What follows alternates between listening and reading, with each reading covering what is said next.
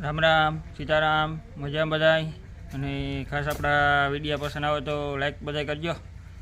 અને આપણી હાલો આગણી છે ને મગફળીમાં ખાતરનો સહેલો ડોઝ છે ને તે આપણી છાંટવાનો છે તે પહેલાં દ્રાવણ બધું બનાવી નાખીએ. હાલો આપણે કેવી રીતના દ્રાવણ બનાવી આગળ વિડીયોમાં મૂકીએ બધું. ખાસ બધાય વિડીયો જોજો અને લાઈક કરજો બધાય. આપણી જો મગફળીમાં ખાતરનો સહેલો રાઉન્ડ છે અને આપણી ખાતર છે 0050 આવે એ હાલો આપણે બતાડીએ.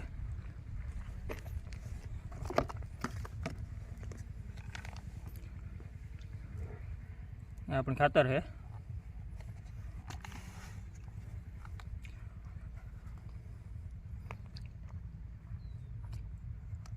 Zero zero પસા.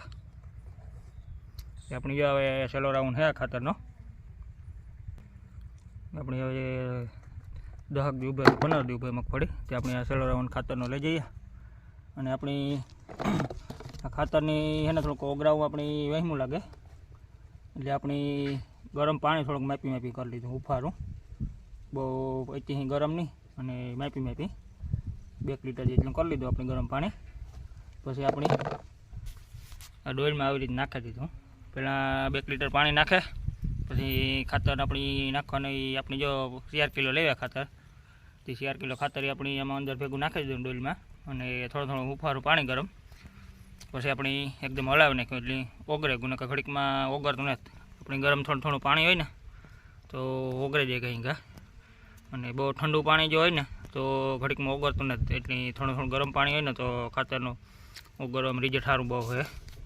તો આપણે થોડું જો ગરમ પાણી તો ઓગાર નાખ્યું, 2 લીટર પાણી ગરમ કરે અને ઓગાર નાખ્યું. પછી ડોલમાં દ્રાવણ બનાવી નાખ્યું આપણે. અને આપણે પછી ઠંડુ પાણી પાછું કુંડાનું પાણી ન લેવાનું, થોડુંક તાજું પાણી હોય નાખી દઈએ ને તો પાછું ઓઈલું ન થાય. ગરમ પાણી જેવું હોય ઉફારું પાણી હોય એટલે તાજું એટલે પાછું નકર વારે ઠંડુ પાણી નાખીએ એટલે વારે પાછું તરીએ બેસી જાય. એટલે થોડું ગરમ પાણી હોય ને એવી રીતનું ઓગાર નાખવાનું. હવે આપણે જો હજી થોડું ડોલ ગરમ છે કારણ કે એ ગરમ પાણી કીધું હતું ને પાછું તાજું પાણી એમાં નાખ્યું એટલે ઘરે આવી રીતનું આ પાછું પીડી રહીએ. હા તો હા ઓગળે ગરમ પાણી નાખ્યું નકર અહીં કરીએ ને એટલે ખણકી રહીએ આપણે હાથમાં. એટલે ગરમ પાણી હોય તો ઓગળે જાય જરીક. આપણે તો જાજુ ખરે એવી રીતના કીધું ગરમ પાણીમાં. આપણી પરવા હેઠું તો ઠંડુ પાણી નાખ્યું હતું ને એટલે બહુ નહોતું ઓગળ્યું, થોડીક વાર લાગે ઓગળવામાં. હજુ કરે આપણે ગરમ પાણી કરે અને ઓગળાવી નાખ્યું. અને આપણી અટાણે જો પોપી ભરીને મોકલાવી દીધો એટલા ખેતરમાં માલે છાંટવાનું. પહેલાં આપણી એટલા ખેતરમાં છાંટી આવવાની દવા પેલું ભાઈ ખાતર. તો આપણી જો આગળ પોપી ખાલી થઈ જાય તો આપણી બીજો પોપી આગળ ભરાઈ જશે. પછી આપણી આ ખેતરનો વારો. ચાલો આપણી જો હમણાં 3 વાગ્યાની ચા બને ને એટલે પીએ લઈએ અને પછી આપણે કામ ધંધે ચડી જઈએ. આપણે જો કામમાં આજે હાલે મગફળીમાં ખાતર છાંટવાનું.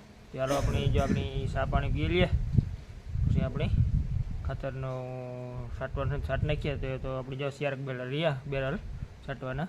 બીજું તો આપણી છટાઈ ગયું, 3 બેરલ છાંટ લીધા ને 4 બેરલ રહ્યા.